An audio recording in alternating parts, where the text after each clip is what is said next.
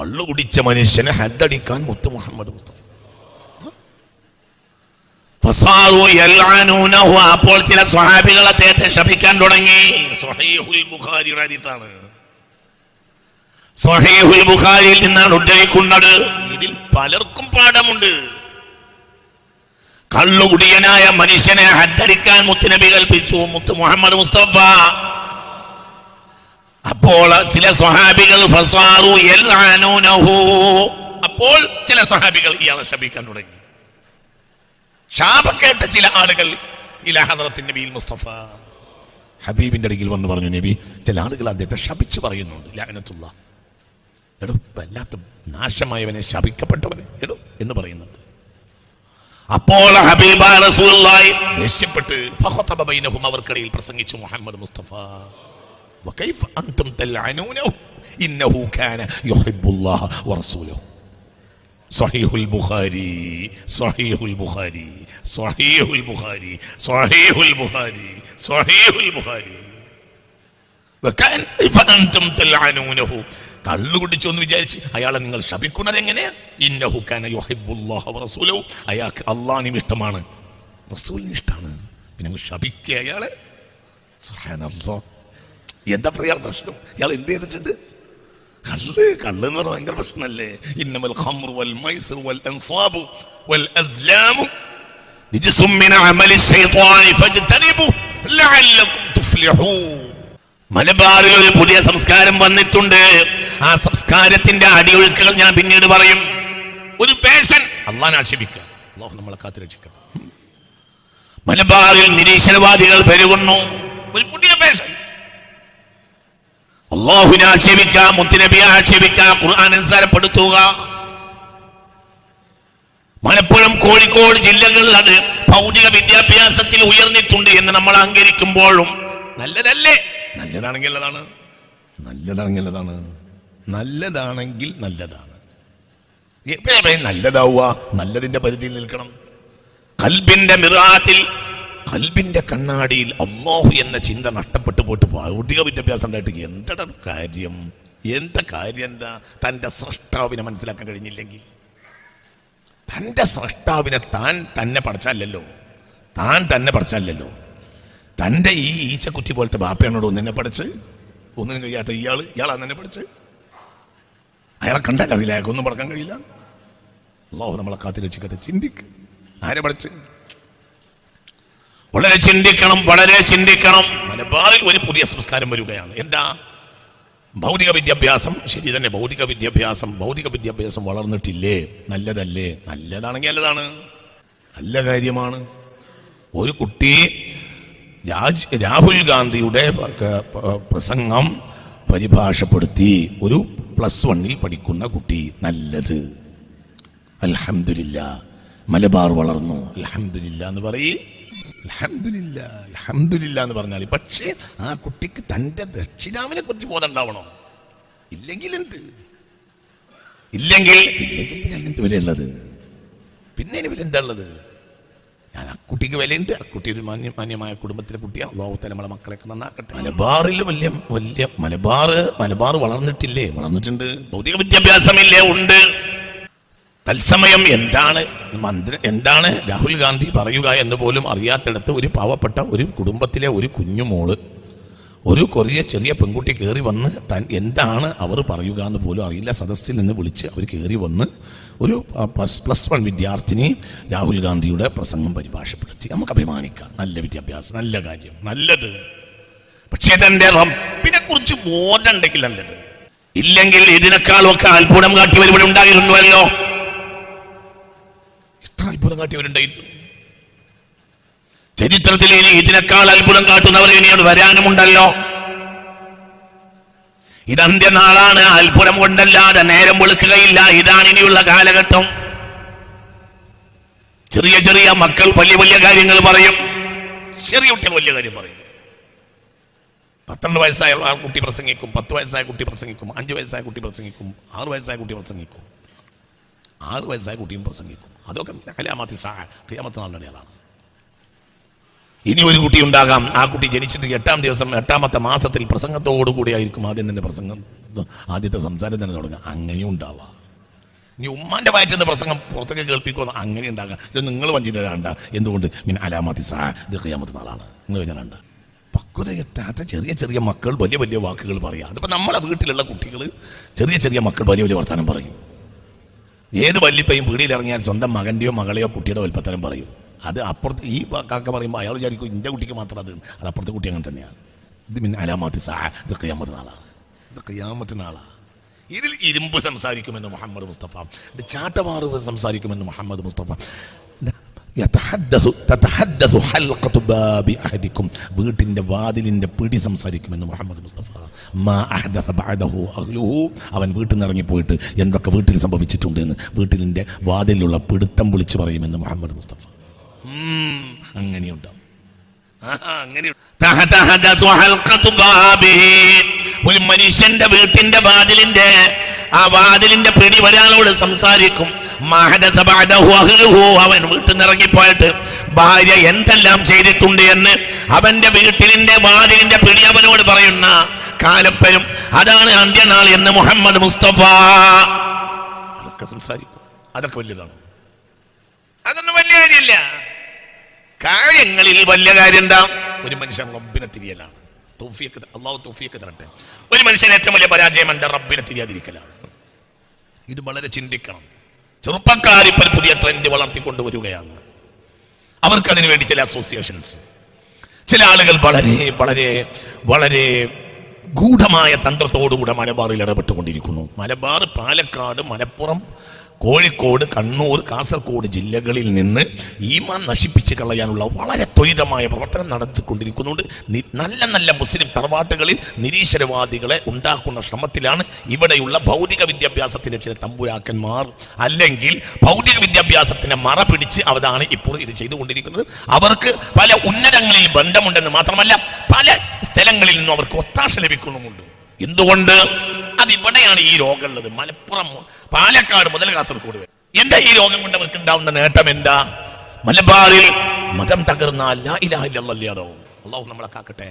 ലാ തഖൂമു സ്സാഅ ഹത്താ യുഖാല അലാ വജ്ഹിൽ അർളി ഹത്താ മൻ യഖൂലു അല്ലാഹ്. ഭൂമിക്ക് മുകളിൽ അല്ലാഹ് പറയുന്ന ഒരാളില്ലാതെ അവാട് അന്ത്യനാൾ സംഭവിക്കുകയില്ലെന്ന് മുഹമ്മദ് മുസ്തഫ.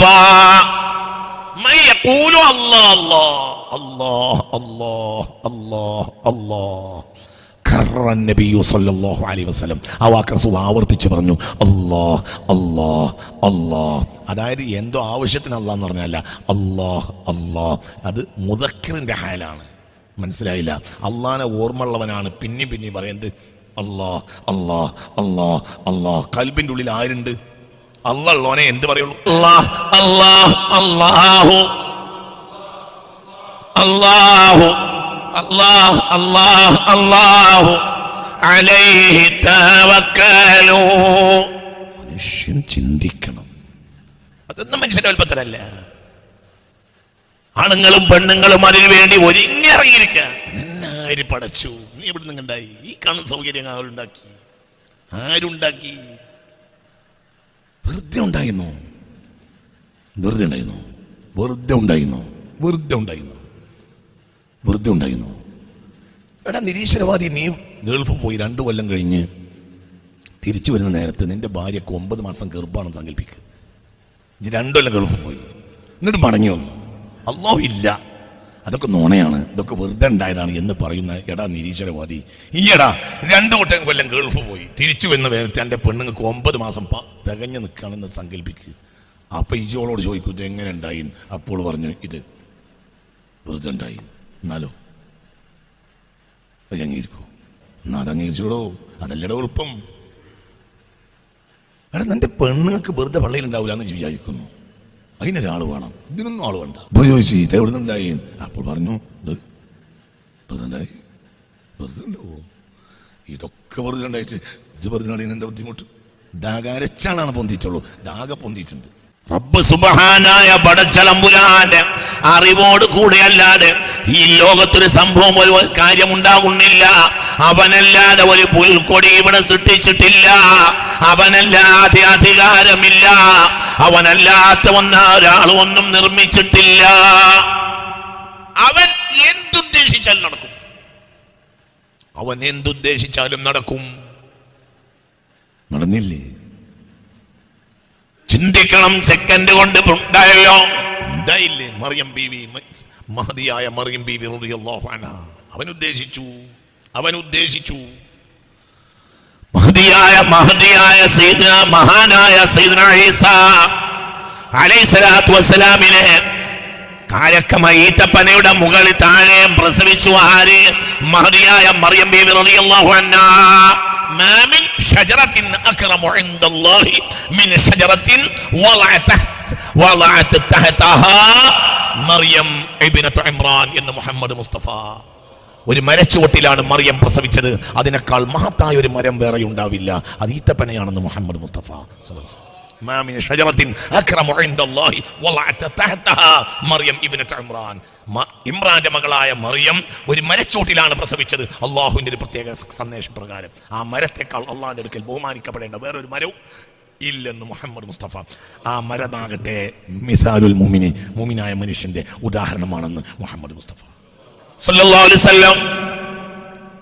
ഒരു മരമുണ്ട്, ആ മരമുണ്ട്, ഒരു പ്രത്യേക മരമുണ്ട്. ആ മരത്തിന്റെ കൊമ്പുകൾ ഉണങ്ങിയാൽ പോലും വീഴുകയില്ല, തനിയെ വീഴുകയില്ല. അത് മരത്തോട് ഇങ്ങനെ അള്ളിപ്പിടിച്ച് നിൽക്കും. എത്ര ഉണങ്ങിയാലും അത് സ്വയം വീഴുകയില്ല, അത് മരത്തോട് അള്ളിപ്പിടിച്ച് നിൽക്കും. അങ്ങനെ ഒരു മരമുണ്ട്. അതിരിക്കൂനി മാഹിയ. ആ മരം ഏതാണെന്ന് മുഹമ്മദ് മുസ്തഫ. സ്വഹാബികൾ ഇങ്ങനെ അന്തപ്പെട്ടു, എന്താ പറയുന്നത്?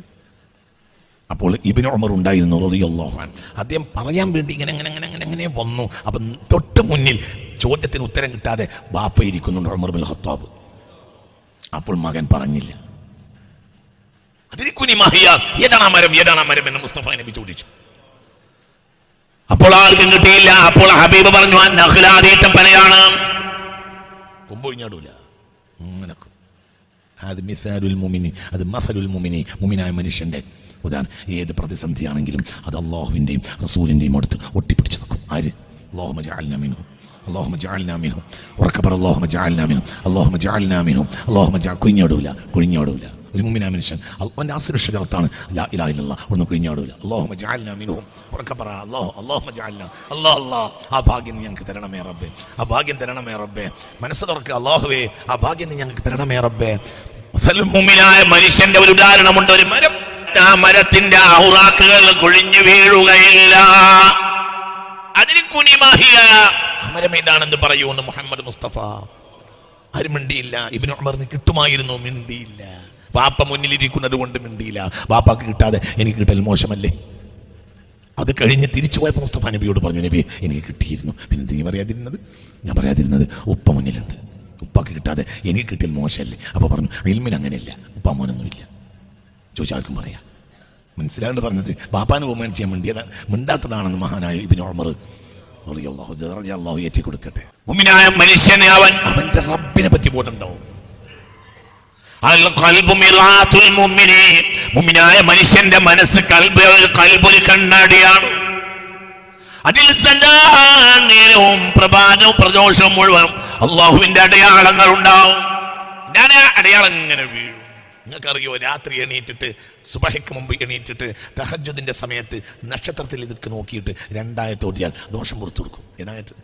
ഇന്ന ഫീ ഖൽഖിസ് സമാവാതി വൽ അർളി വഖ്തിലാഫിൽ ലൈലി വൻ നഹാരി ലആയാതിൻ ലിഉലിൽ അൽബാബ് അല്ലദീന യദ്കുറൂനല്ലാഹ ഖിയാമൻ വഖുഊദൻ വഅലാ ജുനൂബിഹിം വയതഫക്കറൂന ഫീ ഖൽഖിസ് സമാവാതി വൽ അർളി ربنا ما خلقت هذا باطلا سبحانك فقنا عذاب النار. ബഹുമാനപ്പെട്ട സൂറത്ത് ആല ഇംറാൻ 190 191 ആയത്തുകൾ. അല്ലാഹു തൗഫീഖ് തരട്ടെ. 190 191 ആല ഇംറാൻ. മനസ്സിലായോ? ഒന്നിങ്ങനെ നോക്കുക. മുത്ത് മുഹമ്മദ് മുസ്തഫ തന്റെ കട്ടിലിൽ ഇരുന്നിട്ട് നോക്കും. തന്റെ കട്ടിലിൽ ഇരുന്നിട്ട് മാനത്തേക്ക് നോക്കുമെന്നാണ്. എന്തുകൊണ്ട്? പുറമേഞ്ഞിട്ടില്ല മുഴുവനും മുസ്തഫ നബിക്ക്. പുറമേഞ്ഞിട്ടില്ലായിരുന്നു. ഒരു ഭാഗത്തെ ഈത്തപ്പനയുടെ ഇങ്ങനെ പട്ട ഇങ്ങനെ വെക്കും. കട്ടിൽ കിടന്ന മാനം കാണാൻ കഴിയും. മഴ പെയ്ത ഫുള്ള് വീട്ടിലിരിക്കും. മുസ്തഫ മുത്ത് മുഹമ്മദ് മുസ്തഫ. അങ്ങനെ ജീവിച്ച ആളാണടാ മുഹമ്മദ് മുസ്തഫ. ഈ ദുനിയാവിലെ ഒരു ലാഭത്തിന് വേണ്ടി നടന്ന ആളല്ലടാ നിരീശ്വരവാദി ഞങ്ങളെ നേതാവ് മുഹമ്മദ് മുസ്തഫ. എടാ ഞങ്ങളെ നേതാവ് മുഹമ്മദ് മുസ്തഫ ഒരു ലാഭത്തിന് വേണ്ടി ലാ ഇലാഹ ഇല്ലല്ലാഹ് എന്ന് പറഞ്ഞിട്ട് ആത്മീയ കച്ചവടം നടത്തിയ ആളല്ലടാ മുഹമ്മദ് മുസ്തഫ. മദീനയിലെ വീടുകളിൽ ഏറ്റവും മോശപ്പെട്ട വീട് മുസ്തഫ നബിയുടേതായിരുന്നു സല്ലല്ലാഹു അലൈഹി വസല്ലം. ഞാൻ എൻ്റെ കുട്ടിക്കാലത്ത് ഈ ഹദീത്ത് പഠിച്ചപ്പോൾ അത്ഭുതപ്പെട്ടു പോയി. അതെങ്ങനെ നടക്കുക? ഞാൻ എൻ്റെ കുട്ടിക്കാലത്ത് ഈ ഹദീത്ത് എനിക്ക് മനസ്സിലായില്ല. എന്ത് മുഹമ്മദ് മുസ്തഫ കട്ടിലെണീറ്റിരിക്കും, എന്നിട്ടിങ്ങനെ ചക്രവാളങ്ങളിലേക്ക് നോക്കും. കണ്ണി ചിമ്മി തുറക്കുന്നതും മാഞ്ഞു പോകുന്നതുമായ നക്ഷത്രത്തിന്റെ നുജൂമിന്റെ ഭാഗത്തേക്ക് നോക്കും. അള്ളാഹുവിന്റെ മഹാത്ഭുതങ്ങൾ നോക്കിയിട്ട് ഈ ആയത്ത് ഇങ്ങനെ ഓടും. മുഹമ്മദ് മുസ്തഫ ഇന്ന ഫീ ഖൽഖിസ് സമാവാതി വൽ അർളി വഖ്തിലാഫിൽ ലൈലി വൻ നഹാരി ലആയാതിൻ ലിഉലിൽ അൽബാബ് അല്ലദീന യദ്കുറൂനല്ലാഹ ഖിയാമൻ വഖുഊദൻ വഅലാ ജുനൂബിഹിം വയതഫക്കറൂന ഫീ ഖൽഖിസ് സമാവാതി വൽ അർളി റബ്ബനാ മാ ഖലഖ്ത ഹാദാ ബാതിലാ സുബ്ഹാനക ഫഖിനാ അദാബന്നാർ. ഇത് കട്ടിൽ ഇരുന്നിട്ട് റസൂലുള്ളാഹി സ്വല്ലല്ലാഹു അലൈഹി വസല്ലം മുത്ത് മുഹമ്മദ് മുസ്തഫ പുണ്യ മുഹമ്മദ് മുസ്തഫ സ്വല്ലല്ലാഹു അലൈഹി വസല്ലം. ഇത് ഞാൻ പഠിച്ചു. ആദ്യകാലത്ത് പഠിച്ചപ്പോൾ എനിക്കത് മനസ്സിലായില്ല. എന്തുകൊണ്ട്? എങ്ങനെയാണ് പഠിച്ചോ ഞാൻ നോട്ടം ഉണ്ടാവുക? നക്ഷത്രത്തിലേക്ക് നോക്കണം. പിന്നെ ഞാൻ ആലോചിച്ചു ചിലപ്പോൾ വീട്ടുവാതിലൂടെ നോക്കിയിരിക്കും എന്ന്. പിന്നെ എനിക്കത് മനസ്സിലായില്ല. വാതിലൂടെ നോക്കിയിട്ട് മരുഭൂമി കാണാൻ ഈത്തപ്പനയുടെ തലപ്പ് കാണാമെന്നല്ലാതെ എങ്ങനെ പഠിച്ചോ ചക്രവാളം കാണുക? അത് മനസ്സിലായില്ല. പിന്നീട് ഒരിക്കലും ഒരു മജ്‌ലിസിൽ ഒരു അറബ് ഷെയ്ഖ് ഇത് വിശദീകരിക്കുന്നത് ഞാൻ കേട്ടു. കാരണം മനസ്സിലായില്ല. അദ്ദേഹം മുത്ത് റസൂലുള്ളാഹിന്റെ വീട് വരച്ച് കാട്ടി. ഞങ്ങൾ കുറച്ചാളുകൾക്ക് മുന്നിൽ അദ്ദേഹം മുസ്തഫ റസൂലുള്ളാഹിന്റെ വീട് വരച്ച് കാട്ടി സ്വല്ലല്ലാഹു അലൈഹി വസല്ലം. ഹബീബ റസൂലുള്ളാഹി സ്വല്ലല്ലാഹു അലൈഹി വസല്ലമയുടെ വീടിൽ കുറഞ്ഞ ഭാഗത്ത് ഈത്തപ്പനയുടെ പട്ട ഇങ്ങനെ വെച്ചിട്ടുണ്ട്, ബാക്കി ഭാഗത്ത് ഫാളിയാണ്, ഒന്നുമില്ല. വെയിലായ വെയിലിങ്ങോട്ട് വരും, മഴയായ മഴയൊക്കെ വരും. അങ്ങിങ്ങായി ഈത്തപ്പനയുടെ പട്ട ഇങ്ങനെ വെച്ചിട്ടുണ്ട്. രാത്രിയല്ലേ, ഈ പട്ടയുടെ ഉള്ളിലൂടെ എന്ത് കാണും? എന്ത് കാണും? നക്ഷത്രം കാണും. അവിടെ കിടക്കും, അവിടെ ഉറങ്ങുക, അവിടെ ജീവിക്കുക. ആകെ ഒറ്റ മുറി, ചെറിയൊരു സിത്താറുണ്ട്, അതിനപ്പുറത്ത് അടുക്കള, ഒറ്റ മുറി. മുഹമ്മദ് മുസ്തഫ പുണ്യ മുഹമ്മദ് മുസ്തഫ ഇത് ആത്മീയ കച്ചവടം നടത്തിയ ആളല്ല മുഹമ്മദ് മുസ്തഫ. എടാ നീയച്ച മലപ്പുറത്തെയും കോഴിക്കോട്ടെയും നിരീശ്വരവാദി, നീ എത്ര നിഷേധിച്ചാലും ഒരു ആത്മീയ കച്ചവടം നടത്തിയ ആളല്ല മുഹമ്മദ് മുസ്തഫ. ദുനിയാവിലെ സൗകര്യങ്ങൾ മുഴുവനും കിട്ടിയ കാലത്തും മര്യാദക്കൊരു റൊട്ടി കഴിച്ച ആളല്ല മുഹമ്മദ് മുസ്തഫ. ഈ ലോകത്തെ എല്ലാവിധ സൗകര്യങ്ങളും കിട്ടിയ കാലത്തും മര്യാദക്കൊരു ഭക്ഷണം കഴിച്ച ആളല്ല മുഹമ്മദ് മുസ്തഫ. ജീവിതത്തിൽ മനോഹരമായ ഒരു പത്തിരി കഴിച്ചിട്ടില്ല മുഹമ്മദ് മുസ്തഫ. പൂർണ്ണമായി തവിടും ഉമിയും കളഞ്ഞ ഒരു റൊട്ടി കഴിക്കാൻ റസൂലുള്ളാഹി കിട്ടിയിട്ടില്ല മുഹമ്മദ് മുസ്തഫ. കിട്ടിയില്ല. അവസാനത്തെ അത്താഴത്തിന് വേണ്ടി തന്റെ പടയങ്കി ചൂടന്റെ വീട്ടിൽ പണയപ്പെടുത്തിയ ആളാണ്. തന്റെ കുടുംബത്തിലെ അവസാനത്തെ അത്താഴത്തിന് വേണ്ടി തന്റെ അവസാനത്തെ പടയങ്കിയും പണയപ്പെടുത്തിയ ആളാണ് നിരീശ്വരവാദി ഞങ്ങൾ നേതാവ് മുഹമ്മദ് മുസ്തഫ. ലാ ഇലാഹ ഇല്ലല്ലാഹ് പറഞ്ഞൊരു ആത്മീയ കച്ചവടത്തെ നടത്താൻ വേണ്ടി ഇറങ്ങിയ ആളല്ല. പഠിക്ക്. പുണ്യ മുഹമ്മദ് മുസ്തഫ, പുണ്യ മുഹമ്മദ് മുസ്തഫ വീട്ടിലേക്ക് കയറി വന്നു മഹാനായ ഉമർ ഇബ്നുൽ ഖത്താബ് റളിയല്ലാഹു അൻഹു. വീട്ടിന്റെ അകത്തേക്ക് വന്നപ്പോൾ ഭക്ഷണം കഴിച്ചിട്ടില്ല എന്ന് മനസ്സിലായി. പിന്നെ അടുക്കളയിലേക്ക് കയറി. ഹഫ്സ ബീവിയുടെ വീടാണ്. തന്റെ മകളായ ഹഫ്സ ബീവി ഹബീബായ നബിയുടെ ഭാര്യയാണ് സല്ലല്ലാഹു അലൈഹി വസല്ലം. അടുക്കളയിൽ കയറിയപ്പോൾ ഉമർ ഇബ്നുൽ ഖത്താബ് അത്ഭുതപ്പെട്ട് അടുത്ത ദിവസമൊന്നും അടുക്കളയിൽ അടുപ്പ് കത്തിച്ചിട്ടില്ല. പിന്നെ തെരഞ്ഞ് ഒരു ഉണങ്ങിയ പത്തിരിയുടെ ഒരു ചെറിയ കഷ്ണം ഉമർ ഇബ്നുൽ ഖത്താബിന് കിട്ടി. അത് പറ്റ ഉണങ്ങിയിട്ടുണ്ട്, ഒരു പല്ലിന് പോലും ഒതുങ്ങൂല, അക്കൊലത്തിൽ ഒതുങ്ങിയിട്ടുണ്ട് ചെറിയ കഷ്ണം. അതും കൊണ്ട് ഇങ്ങനെ ആ കിസറും കൊണ്ട് നേരെ ഇങ്ങനെ മുസ്തഫ നബിയുടെ മുന്നിലേക്ക് അടുക്കളയിൽ നിന്ന് ഇങ്ങനെ സിത്താറും കഴിഞ്ഞ് ഇങ്ങനെ വന്നപ്പോൾ റസൂലുള്ളാഹി മുന്നിലുണ്ട്. റസൂലുള്ളാഹിന്റെ നെഞ്ചിലേക്ക് കൊണ്ടുപോയി. അടുക്കാരനെ എന്തിനാ കാര്യം എന്ന് വെച്ച് അപ്പോൾ പറഞ്ഞു, ഞാൻ മുസ്ലിം ആകുന്നതിന് മുമ്പ് കിസ്രയുടെ കൊട്ടാരത്തിൽ പോയിട്ടുണ്ട് ഇറാഖിൽ. ഞാൻ അവിടെ നിന്ന് ഭക്ഷണം കഴിച്ചിട്ടുണ്ട്. ആ രാജകൊട്ടാരത്തിൽ ഉപേക്ഷിക്കുന്ന ഭക്ഷണത്തും ഭക്ഷണ വസ്തുക്കൾ കണ്ട് നടുവേർപ്പെട്ടിട്ടുണ്ട്. വലിച്ചെറിയുന്ന ഭക്ഷണം.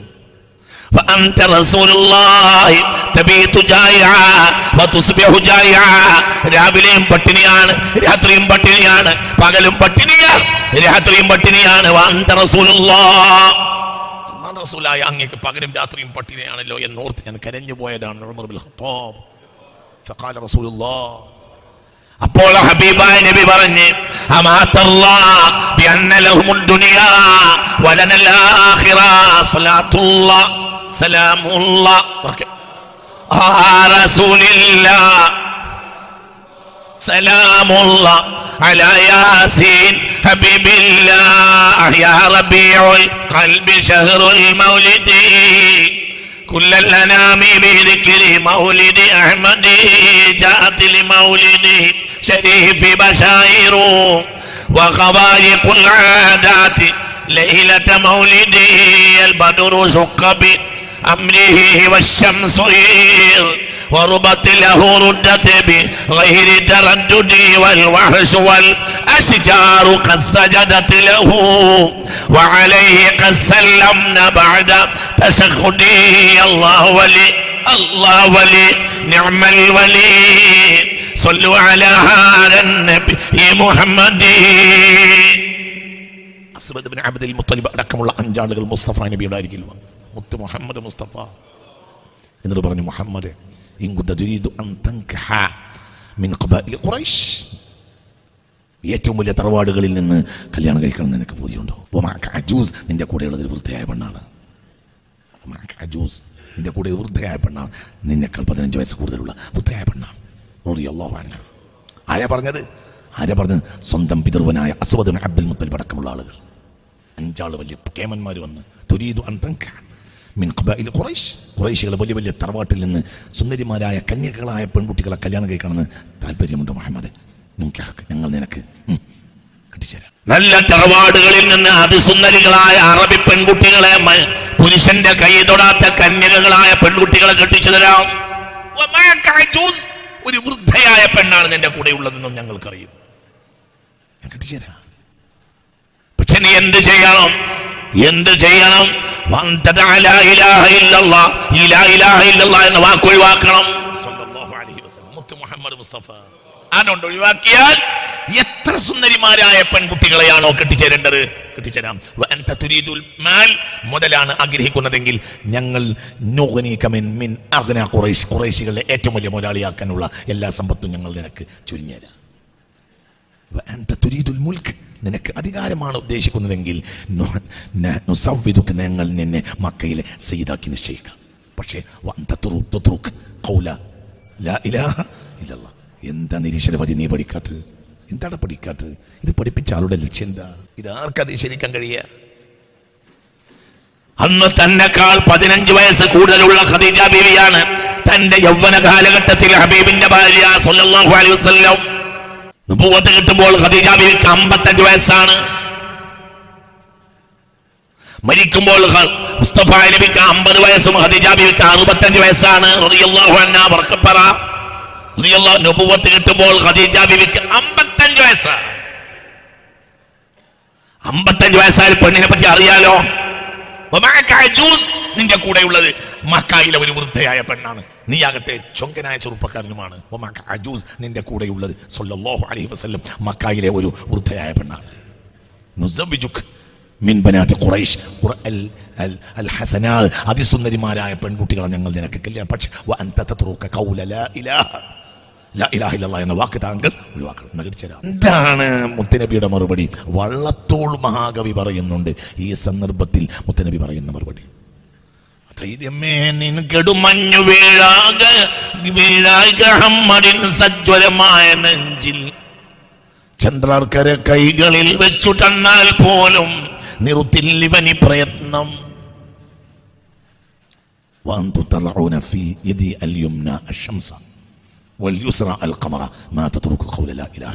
നിങ്ങൾ 15 കോടി കിലോമീറ്റർ അപ്പുറത്തുള്ള സൂര്യനെ എൻ്റെ വലത്തെ കയ്യിലും ചന്ദ്രനെ എൻ്റെ ഇടത്തെ കയ്യിലും വെച്ച് തന്നാലും നിങ്ങൾ സുന്ദരിമാരായ പെൺകുട്ടികളെ കെട്ടിക്കലോ, മക്കയിലെ ഏറ്റവും വലിയ ധനാഢ്യനാക്കലോ, മക്കയിലെ സിയാദത്ത് അധികാരം എന്നെ ഏൽപ്പിക്കലോ മാത്രമല്ല,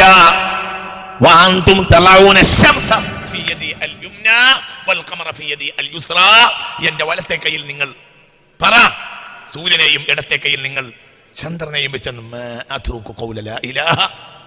ഈ വാക്യം ഒഴിവാക്കൂല. ഇതിന്റെ റബ്ബിനെ ഏൽപ്പിച്ചതാണെന്ന് മുത്ത് മുഹമ്മദ് മുസ്തഫ. ഈ മുസ്ലിം തറവാട്ടിൽ മറ്റുള്ളവരെ പറ്റി എനിക്ക് സംസാരിക്കാനില്ല. ഞാൻ സംസാരിക്കുന്നത് മുസ്ലിം തറവാട്ടിൽ പറന്ന് അള്ളാഹുവിനെ നിഷേധിക്കാൻ ഒരുങ്ങി നടക്കുന്ന പുതിയ ജനറേഷനോടാണ്. ഇതിന് ചില അടിസ്ഥാനങ്ങളുണ്ട്. ഇത് വെറുതെ അല്ല. മുത്തുനബിയെ പറ്റിയുള്ള ചിന്തകളിൽ നിന്ന് മുസ്ലിം ഉമ്മത്ത് പുറകോട്ട് പോയതാണ്. 2 കാരണങ്ങളാണ് മുസ്ലിം സമുദായം മലബാർ ഈ രൂപത്തിൽ തകരാനുള്ള ഒരു അടിസ്ഥാന കാരണം. 2 കാരണങ്ങളാണ്. ഒന്ന്, അള്ളാഹുവിനുള്ള വിശ്വാസം മുത്തുനബിയിലെ കുറിച്ചുള്ള അറിവിൽ നിന്നാണ് ഉണ്ടാവുക. അള്ളാഹു തൗഫീഖ് തരട്ടെ. അതിൽ നിന്ന് നമ്മൾ പുറകോട്ട് പോയി. 2, ഗുണകരമല്ലാത്തതും അത്യാവശ്യമല്ലാത്തതുമല്ല ആയ ചില കാര്യങ്ങളിൽ കുറച്ച് കാലമായി സമുദായത്തിൻ്റെ ശത്രുക്കൾ സമുദായത്തെ തളച്ചിടുന്നതിൽ വിജയിച്ചു. 2ാമത്തെ കാര്യം, ഒരു 10-30 കൊല്ലമായിട്ട് അനാവശ്യമായ ചില കാര്യങ്ങൾ എഴുന്നള്ളിച്ച് കൊണ്ടുവന്നിട്ട് സമുദായത്തിൻ്റെ മുഴുവനും അധ്വാനവും അതിലിട്ട് കറക്കുന്നതിൽ ശത്രു വിജയിച്ചു. അവിടെയും ജൂതനാണ് വിജയിച്ചിട്ടുണ്ടാവുക. ഞാൻ മനസ്സിലാക്കിയിടത്തോളം 988 മലബാറിലുണ്ടായ പണ്ഡിതന്മാർക്കിടയിൽ വന്ന ഗൗരവമായ ഒരു പ്രയാസത്തിൻ്റെ അടിസ്ഥാനം ജൂത സമൂഹത്തിൽ നിന്ന് ചില ആളുകൾ പാഠം ഉൾക്കൊണ്ടതാകാം. അല്ലെങ്കിൽ അവർ അറിഞ്ഞോ അറിയാതെയോ ഇവർ സ്വാധീനിക്കപ്പെട്ടതായിരിക്കും എന്നാണ് എൻ്റെ വിശ്വാസം. അള്ളാഹു നമ്മളെ കാത്തുരക്ഷിക്കട്ടെ.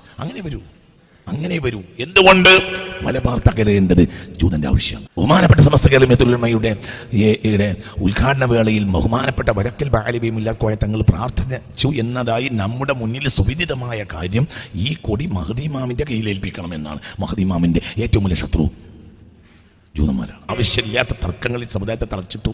985 ശേഷം 10-30 കൊല്ലം ഇത്തരം ചർച്ച വന്നപ്പോൾ അതിനെ പ്രതിരോധിക്കേണ്ടത് പണ്ഡിത ധർമ്മമായി മാറി.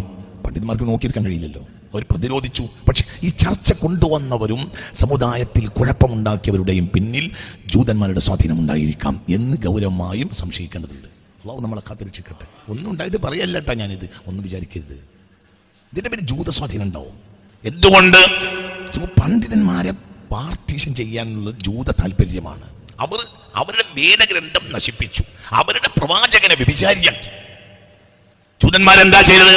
1 നൂറ്റാണ്ട് കഴിഞ്ഞപ്പോഴത്തേന് അവരുടെ വേദഗ്രന്ഥം നശിപ്പിച്ചു. ഇപ്പോൾ അവരുടെ കയ്യിൽ തൗറാത്ത് ഇല്ല. അവര് AD 2-ാം നൂറ്റാണ്ടിൽ എഴുതിയുണ്ടാക്കിയ തെൽമൂദാണ് ഇപ്പോൾ അവരുടെ വേദഗ്രന്ഥം. മുത്തുനബി വന്നപ്പോൾ അവരുടെ വേദഗ്രന്ഥം തെൽമൂദാണ്. തെൽമൂദ് എന്ന വേദഗ്രന്ഥം അൻസലല്ലാഹു ബിഹാ അല്ലാഹു ഇറക്കിയിട്ടില്ല. ഇപ്പോൾ ജൂതന്മാരുടെ വേദഗ്രന്ഥം തൗറാത്തല്ല. എന്താണ്? പറ, എന്താ? തെൽമൂദ്. തെൽമൂദ് അല്ലാഹു ഇറക്കിയിട്ടില്ല. അവർ മഹാനായ ഈസ നബിയെ വ്യഭിചാരിയാക്കി. സയ്യിദുനാ ഈസാ നബി വ്യഭിചാരിയാണെന്ന് അവർ തെൽമൂദിൽ എഴുതി വെച്ചു. ആ വേദഗ്രന്ഥമാണ് അവർ പാരായണം ചെയ്യുന്നത്. അവരുടെ ഗ്രന്ഥം തെൽമൂദാണ്. തെൽമൂദിൽ സഫൂറയെ വ്യഭിചരിച്ച് സഫൂറ ഗർഭം ധരിച്ച കാരണത്താൽ സഫൂറയുടെ അച്ഛൻ സഫൂറയെ മൂസാ നബിക്ക് കെട്ടിച്ചു കൊടുക്കാൻ നിർബന്ധിതനായി എന്നാണ് തെൽമൂദിലുള്ളത്, വ്യക്തമായി തെൽമൂദിലുള്ളത്. അപ്പോൾ വ്യഭിചരിച്ച് കുഞ്ഞുണ്ടാക്കിയ കുഞ്ഞിന്റെ പിതാവാണ് ആര്? സയ്യിദുനാ മൂസാ അലൈഹിസ്സലാം. ഉറക്കപ്പറ സയ്യിദുനാ മൂസാ. മറിയം ബീവിയെ ബാഗിയ, വേശ്യ എന്നവർ പറഞ്ഞ് തെൽമൂദിൽ വ്യക്തമാക്കി വെക്കുകയും ചെയ്യും. വേശ്യ. ചിന്തിക്ക്, ഖുർആൻ വന്നില്ലായിരുന്നുവെങ്കിൽ ലോക സമൂഹത്തിന്റെ മുന്നിൽ വേശ്യയാകുമായിരുന്നു മഹതിയായ മറിയം ബീവി. അതുകൊണ്ടാണ് ഖുർആൻ ഇന്നല്ലാഹ അസ്തഫാകി മുതഹറക്കി എന്ന് പറയേണ്ടത്. എന്തിനാ പറഞ്ഞേ? പെണ്ണെ, നിന്നെ അള്ളാഹ് ശുദ്ധയായ പെണ്ണാക്കി നിശ്ചയിച്ചിട്ടുണ്ടെന്ന് പറയേണ്ട കാര്യം എന്താ? ഈ പെണ്ണ് അശുദ്ധയാണെന്ന് പറയുന്ന ഒരു വൻ ഭൂരിപക്ഷം ആ കാലത്ത് ലോകത്ത് ഉണ്ട്. വളരെ ചിന്തിക്കണം. എന്തായാലും ഇതിന്റെ പിന്നിൽ ചൂടന്മാര് എന്നും ഇസ്ലാമിൽ അവസാനിക്കാത്തൊരു യുദ്ധമുണ്ട്. അതേതാണ്? ഖൈബറാണ്. ഖൈബർ അവസാനിക്കുകയില്ല. ഖൈബർ അവസാനിക്കൂല. ഇത് വേറൊരു ചാപ്റ്ററാണ്, ഞാൻ പിന്നീട് പറയും. അവസാനിക്കാത്തൊരു യുദ്ധം. ബദർ അവസാനിച്ചിട്ടുണ്ട്, ഉഹദ് അവസാനിച്ചിട്ടുണ്ട്. ഖൈബർ അവസാനിക്കൂല.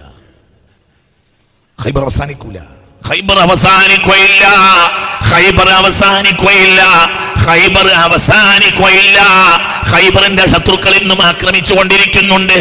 ഖൈബർ അവസാനിക്കുകയില്ല. ഫലസ്തീനിലെ മുസ്ലിമീങ്ങൾ ഇപ്പോഴും ജൂതന്മാരെ, ഇസ്രായേലി ജൂതന്മാർക്കെതിരെ നോക്കി നടത്തുന്ന ഒരു മുദ്രാവാക്യമുണ്ട്. ഖൈബർ ഖൈബർ യാ യഹൂദ്, ഖൈബർ ഖൈബർ യാ യഹൂദ്, ജയ്ഷ് മുഹമ്മദ് സൗഫ യഊദ്. ഇതാണ് ഫലസ്തീനി മുദ്രാവാക്യം. ഇന്ന് ബദറല്ല, ഖൈബറാ പറയാ. ഇതിൽ വലിയ രഹസ്യം കിടക്കുന്നുണ്ട്. ഖൈബർ ഖൈബർ യാ യഹൂദ്, ജയ്ഷ് മുഹമ്മദ് സൗഫ യഊദ്. ഖൈബർ ഖൈബർ യാ യഹൂദ്, യഹൂദികളെ ഖൈബറിനെ ഓർത്തുകൊള്ളുക. ജയ്ഷ് മുഹമ്മദ് സൗഫ യഊദ്, മുഹമ്മദിന്റെ പട്ടാളം ഇനിയും തിരിച്ചു വരും സല്ലല്ലാഹു അലൈഹി വസല്ലം. ഇതാണ് മുദ്രാവാക്യം. ആരുടെ? ഫലസ്തീനികളുടെ ഇപ്പോഴത്തെ മുദ്രാവാക്യം. ബദർ ഉഹദ് അല്ല, ഖൈബറാണ്. ഇത് ഞാൻ കുറെ കാലമായി പറയുന്നത്, ഇങ്ങക്ക് മനസ്സിലാവണില്ല. അതുപോലെ പലരും അംഗീകരിക്കൂല. എന്തുകൊണ്ട്? ഖൈബറിലെ നായകൻ വേറെയാണ്. അതാണ് പ്രശ്നം. അത് വേറെ പ്രശ്നം. പ്രശ്നം വേറെയാ, അത് വേറെയാ. അത് പഠിക്കണം. എന്തായി പാർട്ടീഷൻ ജൂതന്മാർ. അപ്പോൾ എന്തുണ്ടായി? പുതിയ ജനറേഷൻ അനാവശ്യത്തിൽ പെട്ട് വീഴുന്നു. എന്താ വിഷയം? വിഷയം മുസ്ലിം തറവാടുകളിൽ പഠിപ്പിക്കേണ്ട കാര്യങ്ങളിൽ നിന്ന് പുറകോട്ട് പോയി. അല്ലാഹു നമ്മളെ കാത്തുരക്ഷിക്കട്ടെ. വളരെ ചിന്തിക്കണം. രണ്ട് കാരണത്താലാണ് ഇപ്പോഴത്തെ മലബാറിന്റെ നാശം ഉണ്ടായിക്കൊണ്ടിരിക്കുന്നത്. മറ്റൊരു പ്രശ്നമല്ല. നിങ്ങൾ വിചാരിക്കണ്ട വേറൊരു പ്രശ്നമുണ്ട്. പ്രശ്നത്തിന്റെ അടിസ്ഥാനം ഇതാണ്. നമ്മുടെ അടിസ്ഥാനം തകർന്നു പോവുക. അല്ലാഹു നമ്മളെ കാത്തുരക്ഷിക്കട്ടെ. വേറെ ഈ പ്രതിസന്ധികളില്ലാത്ത കാലത്ത് ലാ ഇലാഹ ഇല്ലല്ലാഹ് ഉണ്ടായിട്ടില്ല. ഏത് കാലത്തും പ്രതിസന്ധി ഉണ്ടായിട്ടുണ്ട്. എന്നാണോ ലാ ഇലാഹ ഇല്ലല്ലാഹ് പറഞ്ഞ സയ്യിദുനാ ആദം ഭൂമിയിൽ ഇറങ്ങിയത്, അന്ന് ലാ ഇലാഹ ഇല്ലല്ലാഹയുടെ ശത്രുവായ ഇബ്ലീസും ഭൂമിയിൽ ഇറങ്ങിയിട്ടുണ്ട്. പ്രതിസന്ധികളില്ലാത്തൊരു കാലം ലാ ഇലാഹ ഇല്ലല്ലാഹ് ഉണ്ടായിട്ടേയില്ല. ഒരു ഖലീഫ മാത്രമാണ് പായ കിടന്ന് മരിച്ചത്, സിദ്ദീഖുൽ. ബാക്കി മൂന്നും വെട്ടേറ്റ് മരിച്ചാണ്. വെട്ടേറ്റ് മരിച്ചു. ഈ ഖലീഫ പായ കിടന്ന് മരിക്കാനുള്ള കാരണം എന്താ? ഈ ഖലീഫ നേരത്തെ ഷഹീദാണ്. സൗർ ഗുഹയിലെ വിഷമുണ്ട് ആരുടെ തടിയിൽ? മഹാനായ സിദ്ദീഖിന്റെ തടയിൽ. മനസ്സിലായില്ലേ? പാമ്പിന്റെ മാളത്തിലേക്ക് വിരൽ വെച്ച് കൊടുത്തു മഹാനായ സയ്യിദുനാ സിദ്ദീഖ്. ഷഹീദായി. എന്തിന്? റസൂലുള്ളാഹി സ്വല്ലല്ലാഹു അലൈഹി വസല്ലം. അപ്പോൾ നേരത്തെ തന്നെ ഷഹീദാണ്. ജീവിക്കുന്ന ഷഹീദായിരുന്നു. ആര്? പറ, ആര്? സയ്യിദുനാ സിദ്ദീഖ്. അവൻ 4 ആൾ ഷഹീദാണ്. പ്രതിസന്ധികളില്ലാത്ത ഒരു കാലഘട്ടം ലാ ഇലാഹ ഇല്ലല്ലാഹ് ഉണ്ടാവുകയില്ല, ഒരിക്കലും ഉണ്ടാവില്ല. അതൊന്നും പ്രശ്നമല്ല. പ്രശ്നം നമ്മുടെ ഈ തില്ലങ്ങളിൽ നമ്മൾ വിദ്യാഭ്യാസം കൊണ്ട് അഭിമാനിക്കുമ്പോൾ തന്നെ നമ്മളെ തറവാടിൽ സ്രഷ്ടാവിനെ നിഷേധിക്കുന്നവരുണ്ടാവുക. ഇതാണ് പ്രശ്നം. അല്ലാഹു നമ്മളെ കാക്കട്ടെ. ഇത് ഇന്നലെ വരെ ഉണ്ടായിട്ടില്ല. ഇത് പുതിയൊരു ജന്മാണ്. ഇതൊരു പുതിയ ജനറേഷനാണ്. അവർക്ക് അംഗീകാരം ഉണ്ടാവുക. അവർ മുസ്ലിം തറവാടിൽ നിന്ന് കല്യാണം കഴിക്കുക, അവരൊളിഞ്ഞും തെളിഞ്ഞും അവരുടെ സാന്നിധ്യം നാടിലുണ്ടാവുക, അവരുമായി കച്ചവടം നടത്താനോ ഇടപാട് നടത്താനോ മടിയില്ലാതിരിക്കുക. ഇത്തരം നിരീശ്വരവാദികളുമായി ഒരു മടിയില്ലാതെ ഇടപാട് നടത്തുക. നിരീശ്വരവാദി ഒരു ഹിന്ദുവിനോട് ഇടപാട് നടത്താം. എന്തുകൊണ്ട്? ആയിരക്കണക്കായ കൊല്ലങ്ങളായി ഹിന്ദുക്കളും മുസ്ലിമുകളും ഇവിടെ യോജിച്ച് ജീവിക്കുന്നുണ്ട്. ഇതൊരു എല്ലാത്തിനെയും ഉൾക്കൊള്ളുന്ന ഒരു വിശാലമായ ഭാരതമാണ്. നിന്റെ സൃഷ്ടാവായ പടച്ചതമ്പുരാനെ ഒരിക്കലും ഹിന്ദു ആക്ഷേപിക്കൂല, ഒരിക്കലും ആക്ഷേപിക്കൂല. സൃഷ്ടാവായ പടച്ചോനെ ഒരിക്കലും ക്രിസ്ത്യാനി ആക്ഷേപിക്കൂല, സൃഷ്ടാവായ പടച്ചോനെ ഹിന്ദു ആക്ഷേപിക്കൂല. പക്ഷെ നിന്റെ ചോരയിൽ പിറന്ന നിന്റെ മകൻ സൃഷ്ടവനെ ശരിക്കും. അതാണ് കനാന് സംഭവിച്ചത്. അതുകൊണ്ടാണ് എന്റെ മകൻ എന്റെ കുടുംബമല്ലേ എന്ന് ചോദിച്ചു സയ്യിദുനാ നൂഹ്. ഉടനെ അള്ളാഹുവിന്റെ മറുപടി ഇന്നഹു ലൈസ മിൻ അഹ്ലിക്. അള്ളാഹുവിനെ നിഷേധിക്കുന്നവൻ ഒരിക്കലും നിന്റെ കുടുംബമല്ല നൂഹ് എന്ന് മറുപടി പറഞ്ഞു. ആര്? അള്ളാഹു തആല. മനസ്സിലായ പറഞ്ഞത്? പ്രളയത്തിൽ ചത്തു ആര്? കൻആൻ ചത്തുപോയി. പ്രളയം കഴിഞ്ഞപ്പോൾ സയ്യിദുനാ നൂഹ് അലൈഹിസ്സലാം റബ്ബിനോട് പറഞ്ഞു, റബ്ബേ, നീ എന്റെ കണ്ണിന്റെ മുന്നിൽ വെച്ച് എന്റെ മകനെ കൊന്നില്ലേ റബ്ബേ? ഇന്ന ബിനി മിൻ അഹ്ലി വ ഇന്ന വഅദകൽ ഹഖ് വ അൻത അഹ്കമുൽ ഹാകിമീൻ. ഖാല യാ നൂഹ് ഇന്നഹു ലൈസ മിൻ അഹ്ലിക്. എന്റെ മകൻ എന്റെ കുടുംബമല്ലേ റബ്ബേ? ഇതാണ് നമ്മുടെ പ്രശ്നം. നമ്മുടെ പ്രശ്നം നമ്മൾ മനസ്സിലാക്കണം. നമ്മുടെ പ്രശ്നം BJP അല്ല, നമ്മുടെ പ്രശ്നം RSS അല്ല, ഇത് ഇന്ന് രാവിലെ ഉണ്ടായതല്ല. നമ്മളെ പ്രശ്നം ഒന്നുമല്ല. നമ്മളെ പ്രശ്നം യൂറോപ്പിൽ നിന്ന് വന്ന കമ്മ്യൂണിസം അല്ല. യൂറോപ്പിൽ നിന്ന് വന്ന കമ്മ്യൂണിസം നമ്മളെ തറവാട്ട് കയറൂല. അതൊരു അലങ്കാരം മാത്രമാണ്. അത് ഒന്നും ഉണ്ടാവില്ല. അതൊന്നങ്ങണ്ടല്ലോ പലതിൻ്റെ അടിയിൽ ഒരു കമ്മ്യൂണിസം ഉണ്ടായാൽ അതിൽ ചോർക്കുന്നേ ഉള്ളൂ. ഒന്നും കയറൂല. മുമ്പ് മരംവെട്ടുകാരായ കുറച്ച് ആളുകൾ കാട്ടിലൂടെ യാത്ര ചെയ്ത ഒരു സംഭവമുണ്ട്. അവർ മഴുവിനെ ഇങ്ങനെ പിടിച്ചിട്ട് പോയപ്പോൾ മരങ്ങൾക്കൊക്കെ ബേജാറായത്രേ. എന്ത്? നാളെ രാവിലെ ഇവർ നമ്മളെ വന്ന് വെട്ടുകാരാണ്, മുറിക്കോലോ. അപ്പോൾ ഒരു തന്തമരം ഉണ്ടായിരുന്നു. തന്തമരം മറ്റു ഇളയ മരങ്ങളോട് പറഞ്ഞു, കൊച്ചുമക്കളായ മരങ്ങളെ, നിങ്ങൾ ഭയപ്പെടേണ്ടതില്ല. നമ്മുടെ കൂട്ടത്തിൽ നിന്ന് ഒരാൾ അവരിലേക്ക് പിന്തുണ കൊടുത്ത് കാപാലികത്വം വഞ്ചന കാണിക്കാതിരുന്നാൽ മതിയാകും. നമ്മളെ കൂട്ടത്തിൽ നിന്ന് ഒരാൾ അവർക്ക് പിന്തുണ കൊടുക്കാതെ അവർക്ക് നമ്മളെ ഒന്നും ചെയ്യാൻ കഴിയൂല. അവർക്ക് നമ്മളെ വെട്ടണമെങ്കിൽ നമ്മളെ കൂട്ടത്തിൽ നിന്ന് ഒരാൾ താഴായി നിന്ന് കൊടുക്കണം. മഴുവിനെ കൊണ്ട് നമ്മളെ വെട്ടണമെങ്കിൽ നമ്മളെ കൂട്ടത്തിൽ നിന്ന് ഒരാൾ ആരാകണം? മരത്തിനെ മുറിച്ചിട്ട് തായിട്ടിട്ട് ആരെ വെട്ടും? ഇതാണ് ചെയ്യാ. ശത്രു വന്നിട്ട് ആദ്യം വിട്ട് മരം മുറിക്കല്ലേ ചെയ്യാ, കൊമ്പ് കിട്ടും. എന്നിട്ട് എന്ത് ചെയ്യും? ശത്രു വന്നിട്ട് ആദ്യം ചെയ്യാ, മരത്തിന്റെ ശത്രു വന്നിട്ട് ആദ്യം ചെയ്യാ എന്താ? പറ കൊമ്പ് വെട്ടിയിട്ട് മഴുവിന് എന്താക്കും? തായൊക്കെ ഫിറ്റാക്കി കഴിഞ്ഞിട്ട് പിന്നെ വിട്ടു. നമ്മുടെ കൂട്ടത്തിൽ നിന്ന് ഒരാള് അവർക്ക് പിന്തുണ കൊടുക്കാതെ അവർക്ക് നമ്മളെ ഒന്നും ചെയ്യാൻ കഴിയൂല. ഇതന്നെ പ്രശ്നം. ഇവിടെ ഇതിനേക്കാൾ വലിയ സംഗതികളൊക്കെ ഉണ്ടായിട്ട് മാന്യമായി നമ്മൾ ജീവിച്ചിട്ടില്ലേ? ഇവിടെ ഭൂരിപക്ഷം ഹിന്ദുക്കളുടെ മുന്നിൽ രാജാവായി ഭരണം നടത്തിയിരുന്ന സമുദ്ര രാജാക്കന്മാർ മുസ്ലിമീങ്ങളെ കൃത്യമായി സംരക്ഷിച്ചിട്ടില്ലേ? ചിന്തിക്ക്. ജുമാക്ക് പോകാത്ത മുസ്ലിമീങ്ങൾക്കെതിരെ ശിക്ഷ നടപ്പാക്കിയിരുന്നു ആര്? സമുദ്ര രാജാവ്. ജുമാക്ക് പോകാത്ത ആളുകളെ പോലീസിനെ പറഞ്ഞേക്കും. എന്തുകൊണ്ട്? സാമൂതിരിക്ക് വിശ്വാസം ഉണ്ടായിരുന്നു, എന്റെ രാജ്യത്ത് ജുമാ നടന്നാൽ രാജ്യത്തിന് സുരക്ഷിതത്വം ഉണ്ടാവും. മുസ്ലിമീങ്ങൾ കണ്ട് ജുമാ നേരത്തെ പുറത്തോ മറ്റോ ഉള്ള എവിടെയെങ്കിലും ഉണ്ടെങ്കിൽ കണ്ടുപിടിക്കും. ആര്? പോലീസുകാര്. സാമൂതിരി രാജാവിന്റെ പോലീസുകാര്. എന്നിട്ട് എന്ത് ചെയ്യും? ജയിലിലിടും. ഒരാഴ്ച ജയിലിലിടും. എന്തായിരുന്നു ശിക്ഷ എന്നറിയോ? അടുത്ത ജുമാ വരെ പറ ജയിലിലിട്ടിട്ട് അടുത്ത ജുമാക്ക് നല്ലൊരു ജുമാത്ത് പള്ളി കൊണ്ടുപോയിട്ട് പറ. എന്നിട്ട് പോലീസ് പുറത്ത് കാവൽ നിൽക്കുമ്പോൾ ഇടക്ക് ഇറങ്ങി പോയുണ്ടോ നോക്കാണ്. ജുമാ കഴിഞ്ഞ് ഇറങ്ങി വന്നിട്ട് പോലീസ് പറയും, ഇനി മേലാൽ ഇങ്ങനെ ഉണ്ടാകരുത്, ഒരു ജുമാ കൊണ്ട് അവസാനിക്കൂല. ഇപ്പൊ എത്ര മതി? ഒരു ജുമാ കൊണ്ട് അവസാനിച്ച് ഇനിയുള്ളത് ഒരു ജുമാ കൊണ്ട് അവസാനിക്കൂല. ആര് പറയാ? ഹിന്ദുവായ രാജാവ് പറയാ. പള്ളികളിൽ മെഹ്റാബുകളിൽ എന്ത് ചെയ്യാ? ഹിന്ദുവായ സാമൂതിരി രാജാവിന് വേണ്ടി മുത്തഖീങ്ങളായ ആലിമീങ്ങൾ പ്രാർത്ഥിക്കുക. മുത്തഖീങ്ങളായ പണ്ഡിതന്മാര്, നിങ്ങൾ ചില മുത്തഖീങ്ങളായ ആലിമീങ്ങൾ ഹിന്ദുവായ സാമൂതിരി രാജാക്കന്മാർക്ക് വേണ്ടി ദുആ ചെയ്യാ. പടച്ചോനെ, ശത്രുക്കളിൽ നിന്ന് ഞങ്ങളെ ഭരണാധികാരിയെ സംരക്ഷിക്കണേ, ദുആ ചെയ്യാ. ആര് പറയാ? ആര്? മുസ്ലിമായ മുത്തഖീങ്ങളായ പണ്ഡിതന്മാര്, നല്ല പണ്ഡിതന്മാര്. ഇവിടുത്തെ ബന്ധം. എന്നാലും സമുദായത്തിന്റെ ഉള്ളിലെ നിരീശ്വരവാദികളെ വെച്ച് ഉറപ്പിച്ചിട്ടില്ല. അവിടെയാണ് പ്രശ്നം. അള്ളാഹു നമ്മളെ കാത്തുരക്ഷിക്കട്ടെ. അവരുമായി ഇടപാട് നടത്തുക, അവർക്ക് വേണ്ടി സൗകര്യങ്ങൾ ചെയ്തു കൊടുക്കുക, അവരുമായി ഒത്താശ ചെയ്യാൻ ഒരു മടിയും ഇല്ലാതിരിക്കുക. ഇതാണ് സമുദായത്തിന്റെ നിലവിലുള്ള ഏറ്റവും വലിയ പ്രതിസന്ധി. ഞാൻ പറഞ്ഞില്ല, അവസാനിപ്പിക്കാണ്. ഇതിന്റെ ബാക്കി അടുത്ത ക്ലാസ് പറയും. ഏറ്റവും വലിയ നിന്യത എന്ന് പറഞ്ഞാൽ സ്വന്തം സൃഷ്ടാവിനെ കാണാൻ കഴിയാതിരിക്കലാണ്. അത് ഓഫലത്തിന്റെ അവസാനമാണ്. അള്ളാഹു നമ്മളെ കാത്തുരക്ഷിക്കട്ടെ. ഉറക്കപ്പറ, അള്ളാഹു നമ്മളെ കാത്തുരക്ഷിക്കട്ടെ. അള്ളാഹു നമ്മളെ കാത്തുരക്ഷിക്കട്ടെ. അള്ളാഹു നമ്മെ കാത്തുരക്ഷിക്കട്ടെ. അള്ളാഹു നമ്മെ കാത്തുരക്ഷിക്കട്ടെ. അള്ളാഹു നമ്മെ കാത്തുരക്ഷിക്കട്ടെ. ചിന്തിക്ക്, ഒരു മനുഷ്യന്റെ പരാജയത്തിന്റെ ഏറ്റവും വലിയ പരാജയം അല്ലാഹ് എന്ന മഹാസത്യത്തെ അവൻ സ്വന്തം സൃഷ്ടാവിനെ കണ്ടെത്താൻ കഴിയാതിരിക്കുക. ഒരു മനുഷ്യന്റെ ഏറ്റവും വലിയ വിജയമോ എവിടെ നോക്കിയാലും അല്ലാഹുവിന്റെ അടയാളം കാണുക. എവിടെയും തൂണിലും തുരുമ്പിലും വൃക്ഷത്തിലും പുഷ്പത്തിലും ഷപ്പടങ്ങളിലും എല്ലാം നിറങ്ങളിലും വർണ്ണങ്ങളിലും സൗരഭ്യങ്ങളിലും സുഗന്ധങ്ങളിലും എല്ലാം പക്ഷികളിലും മൃഗാദികളിലും ഒഴുകുന്ന പുഴയിലും ഈ സൗകര്യങ്ങൾ എല്ലാം സ്വന്തം സൃഷ്ടാവിന്റെ ഒരു സാന്നിധ്യം തിരിച്ചറിയുക. അതിനേക്കാൾ ഒരു സംഗതിയില്ല. അള്ളാഹു നമുക്ക് തൗഫീഖ് നൽകട്ടെ.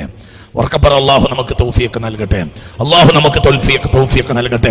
ഇതിൽ നിന്ന് മുസ്ലിമീങ്ങൾ പുറകോട്ട് പോകാൻ, ഇലാഹി ചിന്തയിൽ നിന്ന് മുസ്ലിമീങ്ങളെ പുറകോട്ട് കൊണ്ടുപോയത് ഇലാഹി ചിന്തയിലേക്ക് മുസ്ലിമീങ്ങളെ കൊണ്ടുവന്ന കാര്യം പ്രധാനമായും എന്താണ്? മുത്ത് മുഹമ്മദ് മുസ്തഫ തങ്ങളിലുള്ള വിശ്വാസമാണ്. സ്വല്ലല്ലാഹു മൻ അറഫനി ഫഖദ് അറഫൽ ഹഖ.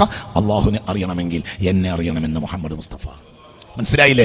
അള്ളാഹുവിനെ അറിയണമെങ്കിൽ എന്നെ അറിയണമെന്ന് മുഹമ്മദ് മുസ്തഫ. അതാണ് പ്രധാനം. അത് മുസ്ലിമീങ്ങൾ പുറകോട്ട് പോയി അടുത്ത കാലഘട്ടത്തിൽ അത് തിരിച്ചു കൊണ്ടുവരണം. അള്ളാഹു നമുക്ക് തൗഫീഖ് തരട്ടെ. ഉറക്കപ്പറ, അള്ളാഹു നമുക്ക് തൗഫീഖ് തരട്ടെ. അതാണ് ഏറ്റവും വലിയ പ്രതിസന്ധി. പിന്നെയോ അനാവശ്യമായ തർക്കങ്ങൾ മൂത്തുപോയി. അതിനിടയിൽ ശത്രുക്കൾ മുതലെടുത്തു. അത്യാവശ്യമായ കാര്യങ്ങളിൽ സമുദായത്തിന് ഇടപെടാൻ കഴിഞ്ഞില്ല. അവിടെ അത്തരം വിഷയങ്ങൾ സമുദായ മുഖത്തേക്ക് വലിച്ചു കൊണ്ടുവന്ന ആളുകൾ ഉത്തരവാദികളാണ്, പണ്ഡിതന്മാർ. അതിന് സ്വാഭാവികമായി മറുപടി പറയേണ്ടി വന്നു. എന്തുകൊണ്ട്? സ്വാഭാവികമായി മറുപടി പറയേണ്ടി വരുമല്ലോ പണ്ഡിതന്മാർ. പക്ഷേ അനാവശ്യമായ വിഷയങ്ങൾ സമുദായ മുഖത്തേക്ക് കൊണ്ടുവരുന്നതിൽ ചില ആളുകൾ ജൂതന്മാരുടെ ചട്ടകങ്ങളായി മാറി. അറിഞ്ഞോ അറിയാതെയോ, അറിഞ്ഞാണെന്നും എനിക്ക് വാദമില്ല, അറിയാതെയാണെങ്കിൽ പോലും അനാവശ്യമായ തർക്കങ്ങളിൽ സമുദായത്തെ തളച്ചിടുന്നതിൽ ജൂതന്മാർ വിജയിച്ചു. ചില ആളുകൾ അറിയാതെയാണെങ്കിൽ പോലും ജൂതന്മാരുടെ മധ്യവർത്തിയായി. ജൂതനാണ് മലബാറിന്റെ ഏറ്റവും വലിയ ശത്രു. എന്തുകൊണ്ട്? ലോക ഇസ്ലാമിന്റെ മുഖക്കണ്ണാടി പരിശുദ്ധ മലബാറാണ്. മലബാറിനെ പറ്റി സൂറത്തുണ്ട് ഖുർആനിൽ മലബാറിനെ പറ്റി സൂറത്തുണ്ട്. ഇദാ ജാഅ നസ്റുല്ലാഹി വൽ ഫത്ഹ് വറഅയ്ത അന്നാസ യദ്ഖുലൂന ഫീ ദീൻ. ഇതാണ് ഖുർആനിലെ അവസാനം പറഞ്ഞ സമ്പൂർണ്ണമായിട്ട്. ഈ ആയത്ത് സൂറത്ത് ഇറങ്ങിയപ്പോൾ സ്വഹാബികൾ ചോദിച്ചു, മനിന്നാസ്. നസ്ർ സൂറത്തിൽ പറഞ്ഞ നാസ് ആരാണ്? ഹും അഹ്ലുൽ യമൻ. അവർ യമനികളാണ്. അവരെവിടെ പോയാലും അവിടെ ഈമാൻ ഉണ്ടാവും. അൽ ഈമാനു യമാനിൻ വൽ ഫിഖ്ഹു യമാനിൻ വൽ ഹിക്മത്തു യമാനിയ. നമ്മുടെ നാട്ടിൽ ഈ കാണുന്ന ദീൻ എവിടെ നിന്ന് വന്നതാണ്? യമനാണ്. യമന്റെ സൂറത്താണത്. യമൻ എവിടെ പോയാലും ഈ സൂറത്ത് അവിടെ കൃത്യമായിരിക്കും. ലോകത്ത് പല നാടുകളിൽ നിന്നും മിസ്റിന് ഇസ്ലാമിത്തെ നാടുണ്ട്, ഇറാഖിന് ഇസ്ലാമിത്തെ നാടുണ്ട്. നമ്മളെ നാടിന്റെ കേന്ദ്രം പറ യമനാണ്. യമനെ പറ്റി സൂറത്തുണ്ട്. ഇതാ ജാ യമനികളാണെന്ന് പറഞ്ഞാൽ ഫയഖുമു അബൂബക്കറിൻ. ഒരാൾ കയറി വരുമ്പോൾ നിങ്ങൾ എവിടുന്ന മിൻ യമൻ, യമൻ എന്ന് പറഞ്ഞാൽ ഫയഖും സിദ്ദീഖുൽ അക്ബർ എണീറ്റുക്കും. യമനികളെ തെരീം നാട്ടുകാർക്ക് വേണ്ടി സ്വർഗത്തിൽ ഒരു ഏരിയ ഉണ്ട് എന്ന് റസൂൽ പറയുന്നതായി ഞാൻ കേട്ടിട്ടുണ്ടെന്ന് സിദ്ദീഖുൽ അക്ബർ. യമനിൽ തെരീം എന്നൊരു ഏരിയ ഉണ്ട്. ആ ഏരിയക്ക് വേണ്ടി പ്രത്യേകമായ ഒരു ഏരിയ ഉണ്ട്. എവിടെ? സ്വർഗത്തിലൊരു ഏരിയ യമനികൾക്ക് വേണ്ടി ഉണ്ടെന്ന് മുഹമ്മദ് മുസ്തഫ പറയുന്നത് ഞാൻ ചെവിട്ടിൽ കേട്ടിട്ടുണ്ടെന്ന് സിദ്ദീഖുൽ അക്ബർ. നമ്മുടെ പിതാക്കന്മാരൊക്കെ യമനികളാണ്. പാണക്കാട് സാദാത്തി ക്ലാസ്സിൽ യമൻ, ബരക്കൽ ബാലബൈബുല്ലക്കോയത്ത ക്ലാസ്സിൽ പറ യമനാണ്. ശൈഖുനാ ശംസുൽ ഉലമാ എന്താ യമനാണ്. എല്ലാം മലബാർ എന്ന് പറഞ്ഞാൽ ലോക ഇസ്ലാമിന്റെ കേന്ദ്രമാണ്. മലബാറിനെ കുറിച്ചുള്ള സൂചന അധ്യായമുണ്ട് ഖുർആനിൽ. അതാണ് ഇദാ ജാ നസ്റുല്ലാഹ്. എന്തുകൊണ്ട് എവിടെ യമൻ ചെല്ലുന്നോ അവിടെ ഈ സൂറത്ത് കൃത്യമായിരിക്കും. മനസ്സിലാണ് പറഞ്ഞത്. ലോകത്തെ ഏറ്റവും വലിയ വണിക്കുകൾ, ബിസിനസ് ഏറ്റവും വലിയ കച്ചവടക്കാരാണ് ആര്? യമനികൾ. ഏറ്റവും വലിയ കച്ചവടക്കാരാണ് യമനികൾ. യൂറോപ്പിന്റെയും ഏഷ്യൻ ആഫ്രിക്കൻ രാജ്യങ്ങളുടെയും ഇടയിൽ ലോകത്ത് കച്ചവടം നടത്തിയത് ആരാണ്? യമനികളാണ്. യമനികളുടെ കയ്യിൽ നിന്ന് കച്ചവടം പിടിക്കലായിരുന്നു അബ്രഹത്തിന്റെ ലക്ഷ്യം. അതിനാണ് കഅബ തകർത്തത്. അത് വേറൊരു ചാപ്റ്ററാണ്. അല്ലാതെ കഅബ തകർക്കലൊന്നും ഇയാൾക്ക് താല്പര്യമില്ല. ഇയാൾ രാഷ്ട്രീയക്കാരനല്ലേ? രാഷ്ട്രീയക്കാർക്ക് കഅബ ഉണ്ടായാലും ഇല്ലെങ്കിൽ എന്താ? രാഷ്ട്രീയക്കാർക്ക് അവർ ഒരു ആരാധനാലയത്തെ ഒരു മാധ്യമമാക്കുക. അവർക്ക് ആരാധനത്തിന് വിശ്വാസം ഉണ്ടാവില്ല. രാഷ്ട്രീയക്കാരുടെ ആരാധന എന്താ? രാഷ്ട്രീയം. അവരെന്തിനു വേണ്ടി ജീവിക്കണം? ഇത് വേറൊരു ചാപ്റ്ററാണ്. എന്തിനാ അബ്രഹത്ത് വന്നത്? അബ്രഹത്ത് വന്നത് കഅബ പൊളിക്കലല്ല അയാളെ ലക്ഷ്യം. കഅബ പൊളിക്കലാണ് അപ്പോൾ ലക്ഷ്യം. കാരണം അയാളെ രാഷ്ട്രീയം വിജയിക്കണമെങ്കിൽ കഅബ പൊളിക്കണം. ഈ കഅബ നിലനിർത്താൻ ചിലപ്പോൾ അയാൾ വരും, അപ്പോൾ വിജയിക്കും. അതാണെങ്കിൽ അതുകൊണ്ടാണ് അലം യജഅൽ കൈദഹു എന്ന് പറഞ്ഞത്. അയാളുടെ തന്ത്രപരമായ ചതിയൻ നേരിട്ട് കഅബക്ക് അടിക്കാൻ വേണ്ടി വന്ന ആളെ ചതിന് എങ്ങനെ പറയാം?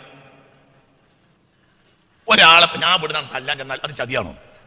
ഖുർആൻ അബ്രഹത്തിന്റെ പണിയെ പറ്റി എന്താ പറഞ്ഞത്?